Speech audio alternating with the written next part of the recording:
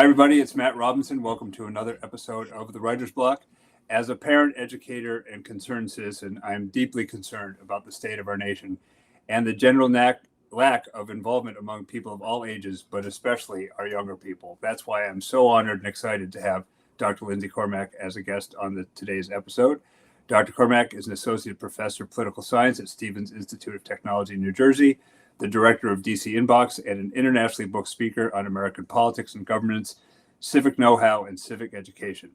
Having been an educator herself and having worked for many politicians and political organizations, Dr. Cormack has seen how the sausage is made, as it were, and knows both how to make it better and how to support especially younger people as they navigate the ever more complicated world of American politics and their changing roles in it. Her wonderful book, How to Raise a Citizen and Why It's Up to You to Do It, which I'm actually reading for the second time, offers lessons for all citizens and also advice for parents, teachers, and others who want to engage children in civic life and maybe learn a little more themselves. Dr. Cormack also recently launched her own biweekly podcast called Government That Doesn't Suck. Highly recommend looking it up, getting in on the ground floor, as it were, and is always eager to speak to people about the current state of American affairs and how we can all contribute to making our country and our knowledge of it better for all. I can't tell you what a thrill. Welcome, Dr. Cormack, to the Writer's Block. Thank you so much. I'm really looking forward to chatting with you today. So let's go back to the beginning. How and when did you first get interested in politics? Well, for me, it wasn't really until college. I didn't study any sort of I had government classes in high school, but when I went to the University of Kansas for my undergrad, I asked myself, what is it that you don't know that these people here can teach you? And there's plenty of options. But the two glaring ones for me were I didn't know a lot about politics and government, so I majored in political science. And then I ended up minoring in African and African American studies because I also didn't know a lot about any of those pieces of the world. And I really loved being at the University of Kansas, and politics just sort of stuck with me, and I've stayed with it ever since. So was it a topic around the kitchen table, or you really came to it on your own later in life? No, it wasn't something we talked about at home. I actually was part of a culture where it was sort of seen as taboo or impolite to talk about these things because you might offend someone and you don't know where everyone's position is. And so that's not something we ever did. My parents never took me to vote. They were great parents in tons of ways, but this just wasn't something that we did. So you said you did have government classes in high school. That seems to be a subject that gets pushed aside like music and the arts in favor of what's on the standardized testing. So why do you think it's so underappreciated and underpromoted in schools and in homes these days? There's a lot of reasons as to why we don't have civics classes in the way that we had from the 1950s to the 1970s. I think one of the biggest challenges is when we move to something that has standardized tests as sort of the holy grail of a high school achievement, so the SAT or the ACT, when that's what we're all gaming ourselves towards, neither one of those tests has a component for civics or social studies or government knowledge. The ACT did until 1986, and then to look more like the SAT, it removes it. So you remove this sort of big incentive structure, which is how do we get kids into college? But it's also the case that parents themselves bear a little bit of the blame as to why we don't do this in the classroom, because we have made it a kind of fraught environment for teachers to have conversations, even if it's the basics, even if it's just let me show you the 3 branches of government. Because parents are afraid that the way that a teacher might talk about it might not correspond to their values at home. And so there's fights and there's challenges. And so it's not only that it's disincentivized in our testing structure, but we also make it a really hard environment to do this in the classroom. I've been a proponent of bringing back Schoolhouse Rock, but I actually had the honor of interviewing Bob Duro many years ago, and just I use it in my classes, absolutely, especially I teach writing more, so I use the grammar ones, but I can still sing the preamble because of what they did for me. Yeah, I talked to his widow actually about a week and a half ago because it's something where there's not really been something since, and I actually don't know that we're ever going to have anything in the future because we have a media environment that is just so split up based on what your algorithm thinks you're going to like, what I'm going to like, and Schoolhouse Rock sort of occupied this moment where everyone's going to have to learn I'm just a bill. Right. But that's probably not coming again because of the way that everything else has changed in the world. Right. So what was it? Was there a professor or a class that you took that really made it your cause, that you really latched onto it? In high school, I had an excellent high school teacher of government called Ken Thomas. He still is doing stuff in the Kansas sort of educational sphere right now. He's not teaching, but he still does a lot out there. And then in college, I would say that most of the time that I was thinking about politics was not necessarily through classes, but I was on our debate team. And so I learned just a lot about sort of domestic politics and international politics of the time. And that's really what led me to the rest of the sort of study of politics, because I knew that I wanted to learn more. What do you see as some of the most broken parts of the system, and how can we start crawling back to where we need to be? That's a great question. I think there's plenty of things that are amiss, but I think something that's really pervasive and really damaging is sort of this narrative that seeps into all sorts of entertainment, edutainment, information that is like government is always bad, or it's always there to harm you, and that there's nothing you can do because you're just one little piece of it. And I say in all different forms because that's not just how like news media to adults sound, but if you look at what children read and what they watch and what they see on sort of like programs that are given to them, oftentimes if there's a member of the government, it'll be a mayor, because things happen at like a town level for kids shows. And of those mayors, there's two sort of basic archetypes. One is like a bumbling doofus, think like the mayor in Paw Patrol, Mayor Humdinger, who's like not a bad guy, but like they aren't the reason that the thing gets resolved. Actually, the Paw Patrol fixed it. And archetype two is like the mayor in The Simpsons, which is someone who's like sleazy and out to do harm to the city that they're meant to serve, or like the mayor in Riverdale that older children are watching now. And so we get this message from a very young age that government has nothing to offer you that's going to be good, that it's just going to be a drag down, and that you're too little to fix it. And I think that's a really hard thing that we would do well to overcome. There's plenty of other stuff that's hard. There's money in politics is a really, really hard one. But for all the money that's in American politics, something that I think is sort of the bedrock as to why our democratic republic persists is that everyone just gets one vote. So sure, there might be millions of dollars flowing into every election, but those millions of dollars don't matter if you can't get votes, and each one of us only gets one of them. Mm.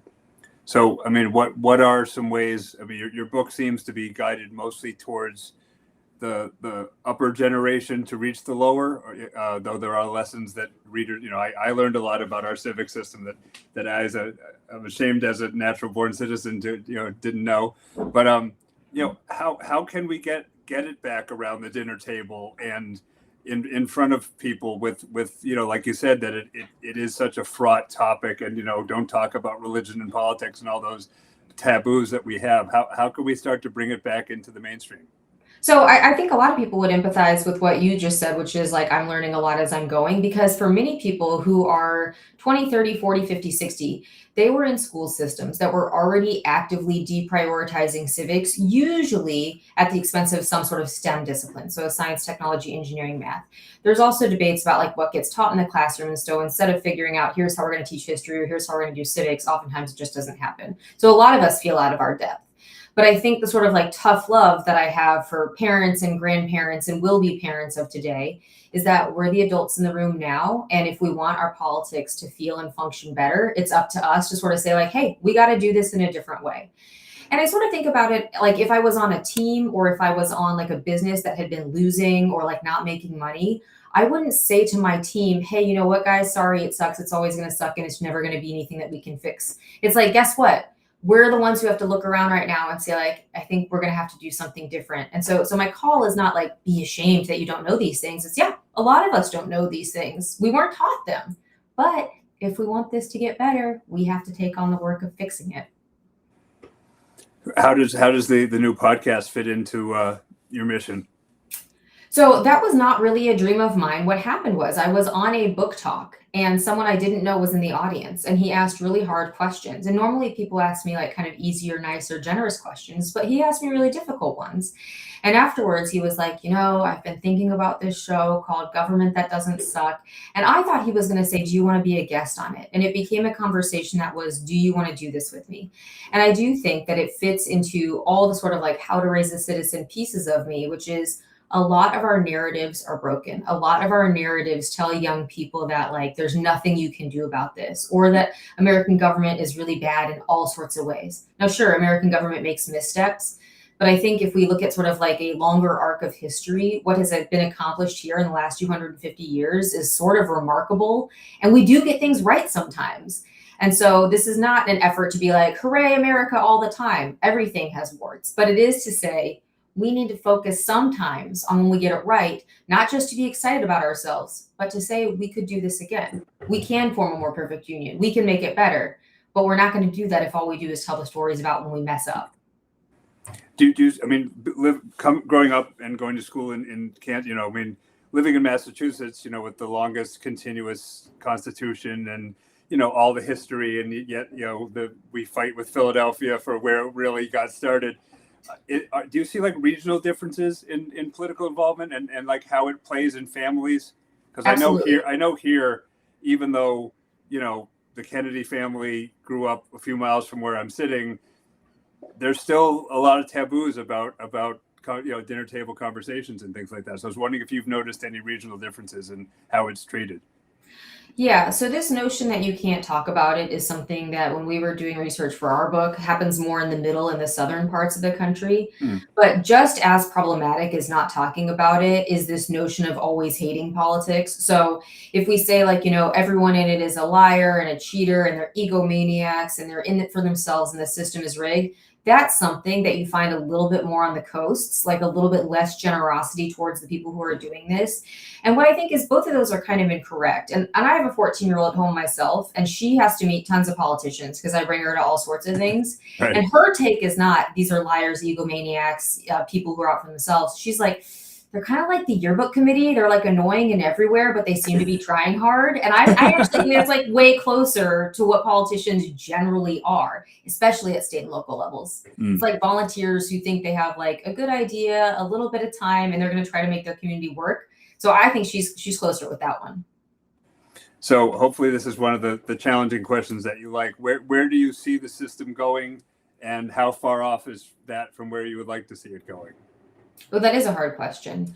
I'll tell you, I'm like very, very bad at predictions. Right when I entered graduate school, it was 2008, and I took a bet that we were not going to have gay marriage until 2020. And before graduate school was over, that decision had changed. So I'm usually not that good at predicting the future. I do think, though, both parties are really having to grapple with hard questions in terms of what their more extremist wings want versus their more moderate wings. And I think that grappling is sort of like what we've been doing the whole time. And so I don't know that we are always going to focus on like, okay, we're going to compromise and get it right together. But I think we're going to have to start to think about each other less as enemies and more as rivals or opponents in a worthy game. And that's what I would hope for our politics, because I think we're going to get to this level where it doesn't feel that good to be outraged all the time. And this like notion that we need to have professionalized revenge or like tit for tat on all of this is tiring. It is exhausting. And so it is my hope that good meaning, well-intended people who want to lead more peaceable lives say, you know what? I'm not interested in my politician who's always taunting the other side or yelling and throwing insults. Instead, I'd like someone who can like get things done. And when they don't get their way, they don't get vengeful. They figure out how to make something a better proposition in the future so that another side will work with them. Do you see a swinging of the pendulum where civics comes back more into schools? I think we're already there, actually. I think we have bottomed out. And the reason that I think that is sort of experientially in the last 2 years, but also there's some empirical data on it. Like if you look at the data, our test scores have stayed flat since like 1998. So that's not great. But if you look at the amount of money that's being spent on civics education, just at the federal level alone, in this last year, the Department of Education gave out $153 million in civics grants. That's after the book comes out. So I don't talk about that at all in the book. But in the years when I was writing this book, we normally gave out 1 grant a year, 2 grants a year. 1 year, I think 2017 was like 6 grants at the federal level. This last time around, there were 85 grants totaling $153 million. So I know that we're trying to spend our way into solving this, but also the philanthropic network outside of government has really taken up the charge of like, this isn't working. Something feels a little off. Let's try to fix it. And instead of giving to the left or giving to the right, they're giving to education. And so I do have hope, and I do have some slight evidence, at least at this beginning point, that we're trying to change things for the better. Well, I for people who are afraid to dip a toe, I would say that your book is a great entry point. Like I said, especially as an educator, I'm already using things that I've learned from the book, and I thought I knew a lot of it, but there's all for a country based on such a small document, it's pretty dense and complex, and deserves another read, especially as we've just been celebrating our 250th. So the book again, How to Raise a Citizen and Why It's Up to You to Do It. Dr. Lindsey Cormack, thank you so much for being on the show. It was a total honor. I'm going to go read it for the third time, and hopefully we'll see everybody else again on the Writer's Block. Thank you for chatting with me.